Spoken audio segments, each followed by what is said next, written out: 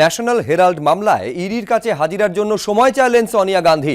Corona আক্রান্ত হওয়ার পর পুরোপুরি সুস্থ হতে সময় লাগবে, সেজন্য হাজিরার দিন কয়েক সপ্তাহ পিছিয়ে দেওয়া হোক। ইডিকে চিঠি দিয়ে আরজি কংগ্রেস সভানেত্রী সোনিয়া গান্ধীর। 23শে জুন সোনিয়াকে হাজিরার নির্দেশ দেয় এনফোর্সমেন্ট ডিরেক্টরেট। মহারাষ্ট্রে বর্তমান সরকারে টিকে থাকা চূড়ান্ত অনিশ্চয়তার ঘেরাটোপে এই মুহূর্তে বিদ্রোহী একনাথ শিন্ডের সমর্থনে সই করে 34 জন বিধায়কের প্রস্তাব। একনাথ শিন্ডেকে পরিষদীয় দলনেতা রাখার দাবিতে বিধায়কদের চিঠি। রাজ্যপাল এবং বিধানসভার ডেপুটি স্পিকারকে বিদ্রোহী বিধায়কদের এই চিঠি। নতুন চিফ হুইপের নাম ঘোষণা করল একনাথ শিন্ডে গোষ্ঠী। এই একনাথ শিন্ডের সমর্থনে মহারাষ্ট্রের 46 জন বিধায়ক থাকার দাবি করা হচ্ছে। সুরত থেকে গুয়াহাটিতে বিদ্রোহী বিধায়করা শিন্ডের সঙ্গে তারা বৈঠকে বসেন।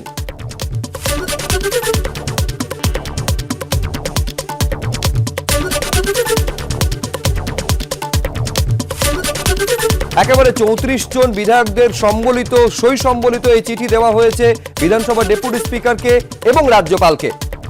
এই হচ্ছে এই মুহূর্তে মহারাষ্ট্র বিধানসভার ভেতরের চিত্র।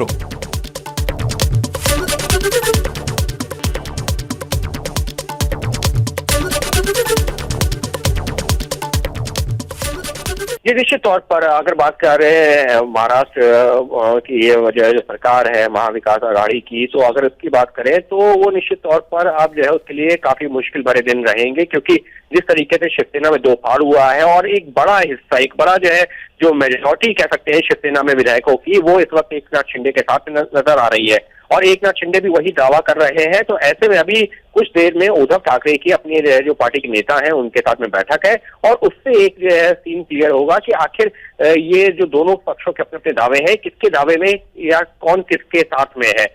तो ऐसे में अगर हम बात करते हैं एकनाथ शिंदे की, तो वो निश्चित तौर पर दावा कर रहे हैं कि उनके पास में 40 से ज्यादा विधायकों का समर्थन मौजूद है। हालांकि उन विधायकों में कुछ विधान परिषद के सदस्य भी शामिल हैं और उसके अलावा कुछ निर्दलीय विधायक भी हैं, लेकिन फिर भी एकनाथ शिंदे का ये कहना है कि 2/3 विधायक उनके साथ में है। और ऐसे में अगर उद्धव सरकार या खुद मुख्यमंत्री उद्धव ठाकरे की बात करें, तो वो अगर उनके खिलाफ किसी तरीके की कोई कार्रवाई करते हैं एंटी डिफेक्शन लॉ के तहत, तो वो एप्लीकेबल नहीं है और दोनों ही पक्षों के अपने अपने दावे हैं।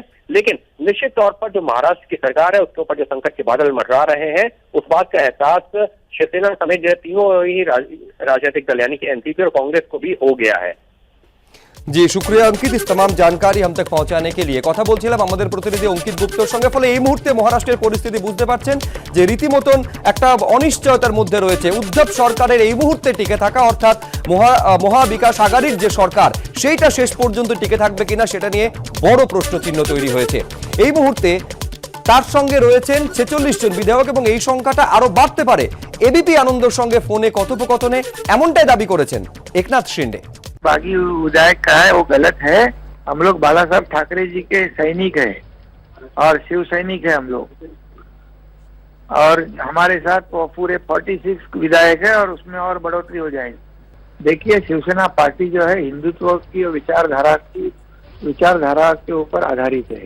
ये बाला साहब ठाकरे जी का जो हिंदुत्व है, ये पार्टी का हमारा आइडियोलॉजी है हिंदुत्व, इसलिए हिंदुत्व का जो लाइन है उसको हम लोग फॉलो कर रहे हैं। बाला साहब जी का विचारधारा जो है, उनकी जो भूमिका रही है, उसे हम लोग आगे ले जा रहे हैं। हमारे साथ जो 46 एमएलए है जो हिंदुत्व के विचार पे विश्वास रखते हैं और उसी विचारधारा से हम लोग आगे जा रहे हैं। अभी हमारी आगे की रणनीति हम लोग बैठकर बैठक में तय कर लेंगे।